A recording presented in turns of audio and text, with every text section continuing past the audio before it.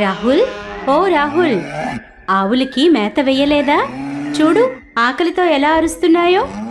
ఆ పిన్ని, అదే పనిలో ఉన్నాను, వెళ్తున్నాను, వేస్తాను. రాహుల్ తన పిన్ని బాబాయిలతో శ్రీపూర్ అనే ఊళ్ళో ఉంటూ ఉంటాడు. అతని బాబాయ్ డబ్బులు సంపాదించటానికి సిటీలో ఉంటూ ఉంటాడు. అప్పుడప్పుడు ఊరికి వచ్చి వెళ్తూ ఉంటాడు. 9 ఏళ్ల వయసుగల రాహుల్ తన పిన్ని ఇంకా వాళ్ల 9 ఏళ్ల వయసున్న కొడుకు అవినాష్తో పాటు ఉంటూ ఉంటాడు.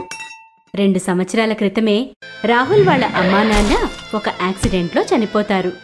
అందువల్ల రాహుల్ బాధ్యత అతని బాబాయ్ పిన్నీలపైన పడుతుంది. కాని రాహుల్ వాళ్ల పిన్ని అతన్ని కొంచెం కూడా ప్రేమగా చూడదు. రాహుల్తో ఇంటి పనంతా చేయించేది. రాహుల్ ఏమీ మాట్లాడకుండా పనంతా చేసేవాడు. ఒకరోజు మీనాక్షి, అవినాష్, నాయనా అవినాష్, లే, నిద్రలే, ఎంతసేపు పడుకుంటావు? చూడు 9 గంటలయ్యింది. లేచి బ్రష్ చేసుకొని టిఫిన్ తిందుగానివిరా. ఈరోజు నీకిష్టమైన టిఫిన్ తయారు చేశాను. ఇంతలో రాహుల్ వచ్చి, పిన్ని, పనంతా పూర్తి చేశాను, నాక్కూడా టిఫిన్ పెట్టవా? చాలా ఆకలేస్తోంది. మీనాక్షి అతనికి రాత్రి మిగిలిపోయిన రొట్టెతో పాటు కొంచెం ఉప్పులో నూనె వేసి ఇస్తుంది. అది చూసిన రాహుల్కి కళ్లలో నీళ్లు వస్తాయి. కాని అతనేం చేయగలడు? అతనితో ఆమె ఎప్పుడూ అలాగే ప్రవర్తిస్తుంది. రాహుల్, ఓ రాహుల్, ఎక్కడున్నావు? ఇతని అమ్మా నాన్న పోయి ఇతని బాధ్యత నానెత్తిన పెట్టారు. ఆ పిన్ని, వస్తున్నాను. ఏంటో చెప్పు పిన్ని. ఇగో ఈ కొన్ని గిన్నెలు ఉన్నాయి, వీటిని తోమేసేయ్, నేను వంట చెయ్యాలి. ఇప్పుడే కడుగుతాను పిన్ని. ఇంతలో అవినాష్ వచ్చి అడుగుతాడు, అమ్మా, ఇవాళ ఏం వండబోతున్నావు?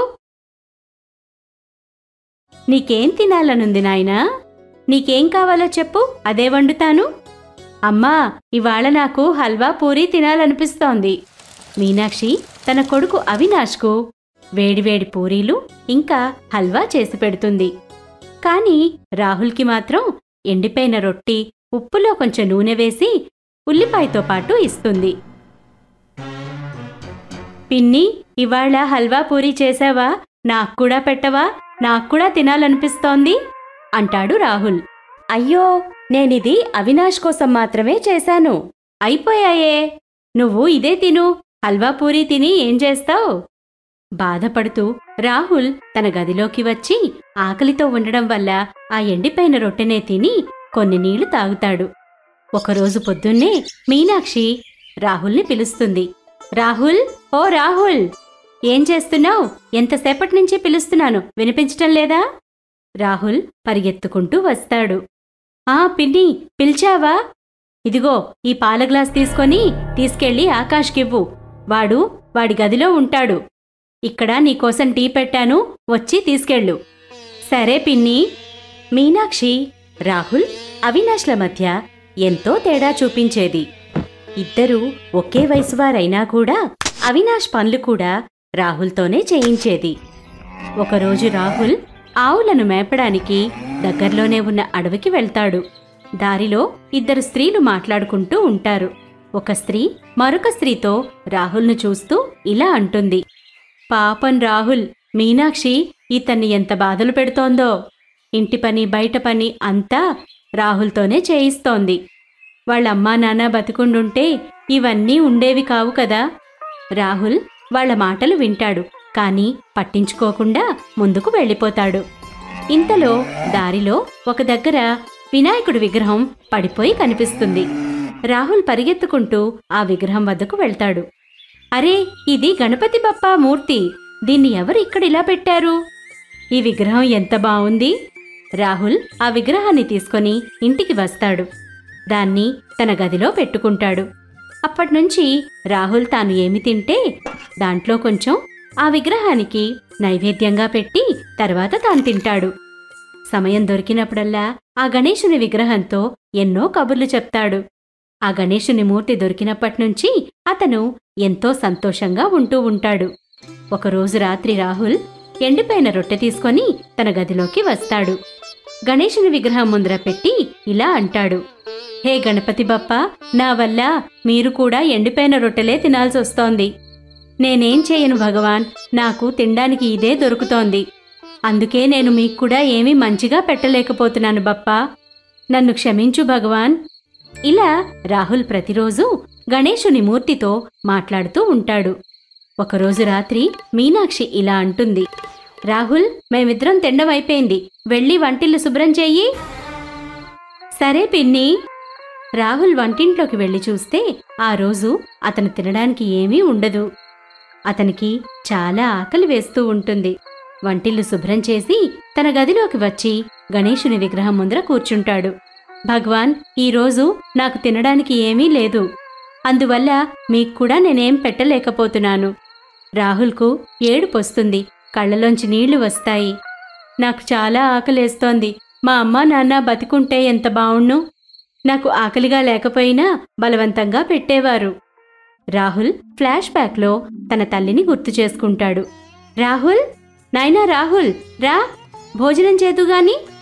నేను నీకిష్టమైనవన్నీ వండాను. అమ్మా, నాకు ఆకలిగా లేదు, ఇవాళ నాకేం వద్దమ్మా. తినాలి నాన్నా, అమ్మ మాట వినాలి కదా. రాత్రిపూట ఆకలితో పడుకోకూడదు, అప్పుడు నిద్ర రాదు.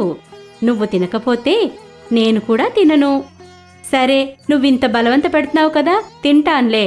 కానీ నేను ఒక్క పూరియే తింటాను. సరే నాయనా, నా బంగారు తండ్రి, రా, నీకు నా చేత్తో తినిపిస్తాను. రాహుల్కి వర్తమానంలో కళ్లలో నీళ్లు వస్తాయి. మా అమ్మ నన్నెంత బాగా చూసుకునేది, ఇప్పుడు తనిక్కడ ఉండి ఉంటే ఎంత బావుణ్ణు. నన్ను ఎంతో ప్రేమగా చూసుకుంటుంది. ఇంతకన్నా నేను కూడా అమ్మా నాన్నతో పాటు చనిపోయుంటే బావుండేది. అమ్మా, నన్ను కూడా నీ దగ్గరికి తీసుకెళ్ళిపో అమ్మా. నేనిక్కడ అసలు సంతోషంగానే లేను. నన్నిక్కడ ఎవ్వరూ బాగా చూడరు. చూడమ్మా, ఈరోజు నాకు ఎండిపోయిన రొట్టి కూడా పెట్టలేదు పిన్ని. నేనేం చేయనమ్మా, అమ్మా, ఆకలేస్తోంది. రాహుల్ ఎంతగానో ఏడుస్తాడు. ఇంతలో అతనికి కొన్ని మాటలు వినిపిస్తాయి. రాహుల్, ఓ రాహుల్, ఏడవకు, మంచి పిల్లలు ఏడవరు. రాహుల్ అటూ ఇటూ చూస్తాడు, ఆ మాటలు ఎక్కడి నుంచి వినిపిస్తున్నాయా అని. అప్పుడు అతనికి అర్థమవుతుంది, ఆ మాటలు గణేశుని మూర్తిలోంచి వస్తున్నాయని. అరే భగవంతుడా, మీరు మాట్లాడుతున్నారా? ఇది నిజమా కలా? అవును రాహుల్, నేనే, నీ స్నేహితుడు గణేశాని మాట్లాడుతున్నాను. నీకు ఆకలేస్తోంది కదా. ఇంతలో రాహుల్ ముందర రకరకాల వంటకాలు పెట్టి ఉన్న ఒక పళ్ళం ప్రత్యక్షమవుతుంది. దాంట్లో ఎంతో రుచికరమైన భోజనం ఉంటుంది. అరే, ఇందులో బోలెడన్ని వంటకాలున్నాయి, ఇవన్నీ నాకోసమేనా? అవును రాహుల్, ఇవన్నీ నీకోసమే. ఇప్పట్నుంచి నువ్వెప్పుడూ ఎండిపోయిన రొట్టెలు తినక్కర్లేదు. ఇప్పట్నుంచి నీకెప్పుడు ఆకలేసినా స్వచ్ఛమైన మనసుతో నన్ను తలుచుకో. నీకిష్టమైన వంటలు నీకు నేనిస్తాను.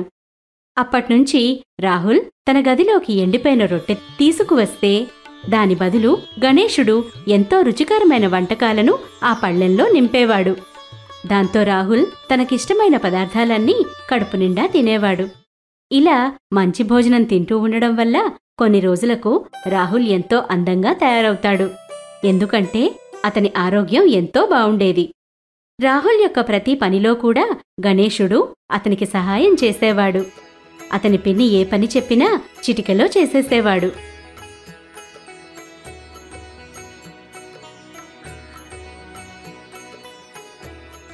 రాహుల్, నేను పని మీద బయటకెళ్తున్నాను. ఇంతలోగా నువ్వు ఇంటి పనులన్నీ పూర్తి చెయ్యి. ఇదిగో ఈ కొన్ని బట్టలున్నాయి ఉతకడానికి, వీటిని కూడా ఉతికేయి. మీనాక్షి వెళ్ళిపోగానే రాహుల్ పనిలో లీనమైపోతాడు. కాని రాహుల్కి ఏ పనిలోనూ చెయ్యి వేయాల్సిన అవసరమే రాదు. బట్టలు వాటంతటవే శుభ్రపడిపోతాయి, గిన్నెలు కూడా శుభ్రపడిపోతాయి. ఇంటి పనంతా ఎంతో త్వరగా అయిపోతుంది. మీనాక్షి ఇంటికి వచ్చి చూసి ఆశ్చర్యపోతుంది. ఏమిటి, ఇంత తొందరగా ఇంటి పనంతా అయిపోయిందా? మీనాక్షి మనసులోనే, అరే, ఏమిటి, ఇంత పనంతా ఇంత త్వరగా చేసేశాడా? ఆశ్చర్యంగా ఉందే. ఎండిపోయిన రొట్టెలు తింటూ వీడికి ఇంత బలం, ఇంత అందం ఎక్కడ్నుంచొస్తోంది? ఎండిపోయిన రొట్టెలు ఆరోగ్యానికి మంచిదిలా ఉంది. నేను అవినాష్కి ఎన్ని రకాలు తినిపిస్తున్నాను, అందుకే అలా బద్ధకంగా తయారైనట్లున్నాడు. ఇప్పట్నుంచి అవినాష్కి కూడా ఎండిపోయిన రొట్టెలే పెడతాను. వాడు కూడా రాహుల్లాగా యాక్టివ్గా అందంగా తయారవుతాడు. అప్పట్నుంచి మీనాక్షి అవినాష్కి కూడా ఎండిపోయిన రొట్టెలే ఇవ్వడం మొదలుపెట్టింది. అమ్మా, ఇదెంత చండాలంగా ఉంది, నేను తినను ఇవి. చూడ్డానికి కూడా ఎంత చండాలంగా ఉంది. నాయనా, నీకు తెలీదు, ఈ ఎండిపోయిన రొట్టి ఎంతో బలాన్నిస్తుంది. చూసావు కదా, రాహుల్ ఎంత పనైనా చిటికెలో చేసేస్తున్నాడు. దీన్ని తిన్నావంటే నీకు కూడా బోలెడంత బలం వస్తుంది. అప్పట్నుంచి మీనాక్షి అవినాష్కి కూడా రాహుల్కిచ్చినట్లుగానే ఎండిపోయిన రొట్టె ఇవ్వడం మొదలుపెట్టింది. దానివల్ల అవినాష్ రోజురోజుకి నీరసించిపోతాడు. ఇలా ఎందుకు జరుగుతోందో అర్థం కావడం లేదే. అదే రొట్టె తిని రాహుల్ బలంగా అవుతున్నాడు, అవినాష్ ఏమో నీరసించిపోతున్నాడు. అలా ఎలా? రాహుల్ ఏం చేయడం లేదు కదా. ఒక కన్నేసుంచాలి. అలాగే ఒకరోజు రాహుల్ ఎండిపోయిన రొట్టె తీసుకొని తన గదిలోకి వెళ్తాడు. గణేశుని మూర్తి ముందు ఆ రొట్టెని పెట్టి గణేశునితో మాట్లాడుతుంటాడు. మీనాక్షి రహస్యంగా కిటికీలోంచి చూస్తుంటుంది. అప్పుడు రాహుల్ ప్లేట్లో ఉన్న ఎండిపోయిన రొట్టె రకరకాల ఆహార పదార్థాలుగా మారడాన్ని చూస్తుంది. రాహుల్ మొదట గణేశునికి నైవేద్యం పెడతాడు. తర్వాత అతను తింటాడు. మన్నాడు మీనాక్షి రాహుల్తో, రాహుల్, ఆవుల్ను మేపడానికి తీసుకువెళ్ళు అంటుంది. సరే పిన్ని. రాహుల్ ఆవులను తీసుకుని వెళ్లగానే మీనాక్షి అతని గదిలోకి వస్తుంది. గణేశుని విగ్రహాన్ని తీసుకొచ్చి తన గదిలో దాచిపెట్టేస్తుంది. రాహుల్ ఆవులను మేత నుంచి తీసుకువచ్చి తన గదిలోకి వెళ్తాడు. అక్కడ గణేశుని విగ్రహం లేకపోవడంతో కంగారు పడతాడు. అరే, ఏంటిది? నా గణేశుని మూర్తి ఏమైపోయింది? ఎవరు తీసుకున్నారు నా గణేశుణ్ణి? రాహుల్ విగ్రహం కోసం ఇల్లంతా వెతుకుతాడు, కానీ ఎక్కడా దొరకదు. అప్పుడు మీనాక్షి వద్దకు వచ్చి, పిన్ని, మీరు నా గణేశుని విగ్రహాన్ని చూశారా అని అడుగుతాడు. ఏం మూర్తి? నేను చూడలేదే. ఏ విగ్రహం గురించి మాట్లాడుతున్నావు? రాహుల్ అక్కడ్నుంచి అవినాష్ దగ్గరకు వెళ్తాడు. నువ్వు నా గణేశుని విగ్రహాన్ని తీసుకున్నావు కదా, తిరిగి ఇచ్చేసేయ్ నాకు. అరే, నీ మూర్తిని తీసుకొని నేనేం చేసుకుంటాను? తర్వాత రాహుల్ని గట్టిగా తోసేస్తాడు. దాంతో రాహుల్కి కూడా కోపం వస్తుంది. నాకు తెలుసు, నువ్వే ఆ విగ్రహాన్ని తీసుకున్నావు. నా విగ్రహాన్ని తిరిగి నాకిచ్చేయి. ఇద్దరూ దెబ్బలాడుకుంటుండగా మీనాక్షి అక్కడకు వస్తుంది. నా కొడుకుపైనే చెయ్యెత్తుతావా? నీకెంత ధైర్యం? ఉండు, నీ పని చెప్తాను.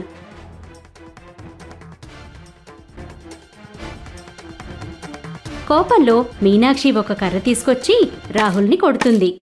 రాహుల్ గట్టిగట్టిగా అరుస్తుంటాడు. గణేశా, నన్ను రక్షించు! గణేశా, ఎక్కడున్నావు? నాకు చాలా నొప్పెడుతోంది. ఇంతలో మీనాక్షి చేతిలోంచి ఆ కర్ర వెళ్ళిపోతుంది. అప్పుడు ఆ కర్ర మీనాక్షినే కొట్టడం మొదలు పెడుతుంది.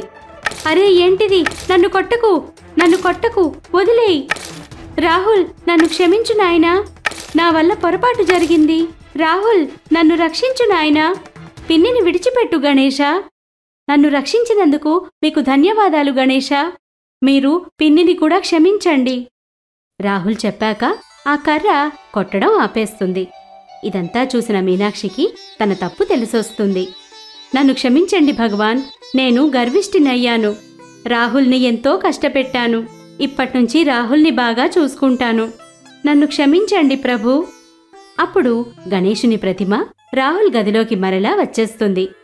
అప్పుడు ముగ్గురు కలిసి గణేశునికి పూజ చేస్తారు. గణేశునికి లడ్డూ ప్రసాదంగా పెడతారు.